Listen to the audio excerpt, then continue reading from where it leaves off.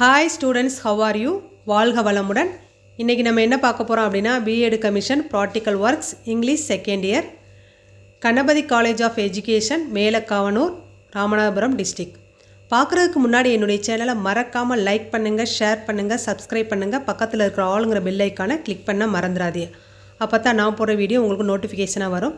மறக்காமல் கமெண்ட் பாக்ஸில் உங்களுடைய கமெண்ட்டை சொல்லுங்கள். வாங்க வீடியோக்குள்ளே போகலாம்.